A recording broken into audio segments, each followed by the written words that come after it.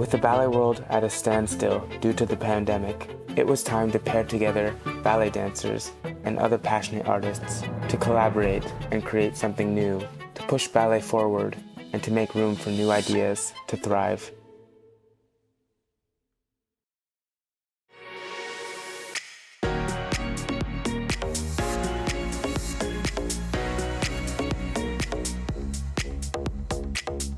My name is Luciana Paris and I'm from Argentina. I was born and raised in Buenos Aires and I'm a ballet dancer with American Ballet Theatre.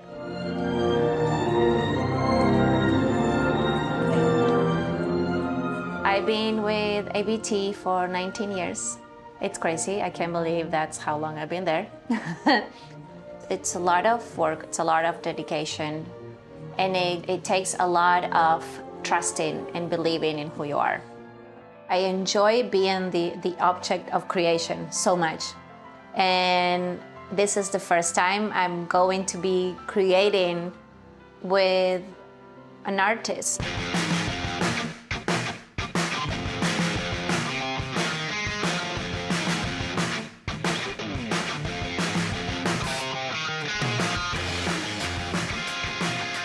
I'm Chloe Wise. I'm a multimedia artist. I work in painting, sculpture, video, installation, mother of 2 Siamese cats, and I'm based in New York City.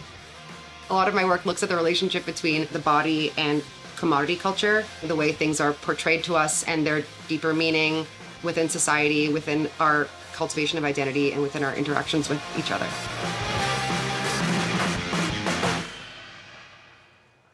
Chloe, hi. Hi. Hi. So nice to finally meet you. You too, I'm so excited. First of all, how do we pronounce your name? Is it Luciana or Luciana? Luciana. Luciana, okay. Yeah, Cool, Luciana. cool, cool. Yeah. Where are you now? You're in New York? We are in New York, yeah. I actually have worked with dancers a lot before doing video work, and I think about where can that like intersect with painting or with, you know, sculpture or installation. I can dance for you, I don't know, improvise, and you can be on Zoom. I love that idea. I can then create a painting from what you shoot, whether it's video and photo. I love it. Luciana and I decided that I would do a painting based on photos and video of her dancing at sunset, honoring this unprecedented moment in our global experience. But who needs a sunset when Luciana is so beautiful and brilliant? Ooh, 20 seconds or more. Get in between the fingers, yes. Oh, yes, they're clean. Even though I wasn't necessarily dancing a lot, I do push myself to be honest with whatever I have to do. I just try to flow with it, and I think we kind of understood one another very well from the beginning. Come, you can come. Are we meeting boys? Hello. Other baby boy. Come. This is Hi, Chloe. nice to meet you. I'm Chloe. Hi, Chloe. Hi, nice to meeting you. Vinicius, our baby boy, and my husband is Jonathan. Hi. Hi. Hi, Chloe. He's so cute. Does he dance around? Do you dance at home? We've been teaching ballet, and we just finished our own first 3-week intensive, and it was intense, but it was good. You and your husband are both dancers and both Yeah, he's a ballet dancer dancers? too. Wow, Yeah. that's so incredible. That's so Yeah, it's so cool. cool. How do you teach ballet without being there to physically see the person dancing? You get to focus on different things. Like you get to focus more on posture and on the little details that sometimes when you are in the big studio, you don't necessarily pay attention to. You know, and you see these kids at home in their kitchens, in their living rooms, in these tiny spaces, like working really hard, and it's really inspiring. I think there's something so positive about this pandemic, and it's just to see how everyone is trying to work together and find the way. I feel like I'm right there with you. I like the stay away though. It's like being really unnatural in nature. Yeah. There's something beautiful and glamorous, but also there's an attempt to distance and there's also fear.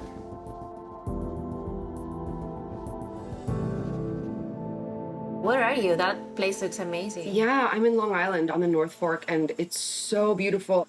But Of I've gone course. back and forth back to my Manhattan studio every week. How did you feel that the pandemic affected your work? In the first few months, it really took an emotional toll on me where I was just so depressed about what was going on that I found myself not making work for months. Now I really appreciate the isolation and this time for learning and experiencing the quiet of nature and less of the pressures that we had come to normalize of being productive, of getting stuff done, of being effective in our use of time. Now I'm finding I'm able to create again and paint again. And Cool. lately I've been working remotely from outside, for example. And so I've been making tiny paintings. And so there's this intimacy both in the scale of my work, the subject matter, and also the expectation of it all.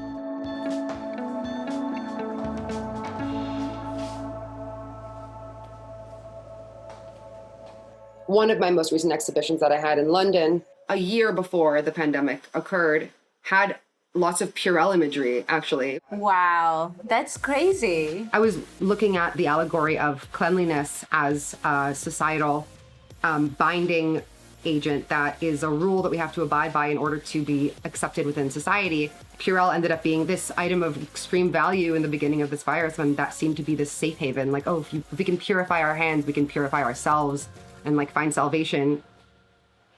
Luciana, can you tell me about how you got into ballet? I remember the first day I went to the studio and, I grabbed the bar and then the music started, the piano started. And I was like, it was mind blowing. And since that, I didn't stop. How old were you? That's how I was 7. Oh my God. I was 7. So young. Yeah. Wow. I started dancing professionally when I was 15. I joined this small company. The director was Julio Boca, who this huge star in Argentina. And I danced with him, actually. I was his partner from 15 till 19. I joined ABT in 2001. And even though I was given soloist and principal roles from the beginning, it took me 13 years to get promoted. And this was the first time in my life that I had to prove myself for 13 years every day. But I did it. I love, yes. She's not gonna let the pandemic hold her back from evening wear, but she is going to be careful. Ooh. Oh wait, I love the hand reflecting on the mask. She was open to anything I wanted to incorporate. Oh my God, I love the hand reflection, yes. She just made it so easy and fun. At first, I started painting Luciana with the clear COVID-19 shield mask, which I thought would be funny and interesting to paint because of the reflections, but it turns out it looked really weird and it was kind of giving me grief. So I started a second painting using an image of her where she was dancing, wearing elegant gloves. The gloves carry this new meaning no matter how you look at it because of all we've been through together. I'm from Montreal, Canada, originally. I studied art history and painting and drawing in school in Montreal. And after graduating, I moved to New York. Growing up, I was always encouraged to do the thing that I couldn't stop doing, which was painting and drawing and making figurative work. And I've always been drawn to the portrait. My mom always inspired me growing up to follow portraiture through. As a kid, we would go to Pizza Hut, for example, and we'd be drawing each other on the paper tablecloth with the crayons. So there's always been this encouraging representational painting and drawing. When I first moved to New York, it was a really experimental time. I didn't have a gallery, I didn't have any exhibitions or anything lined up. I just was making stuff all the time.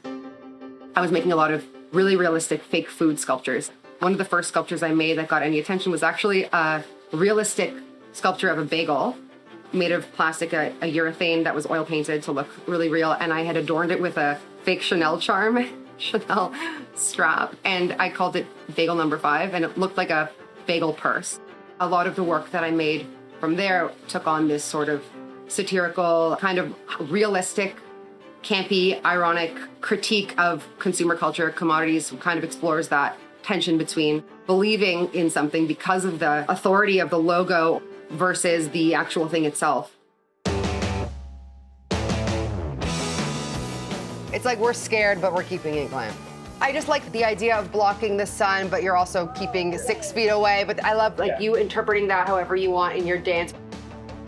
You see your long lost love and it's golden hour, but you want them to come near you, but you also know that you have to abide by the CDC's guidelines. She's laughing. Because it's so dark.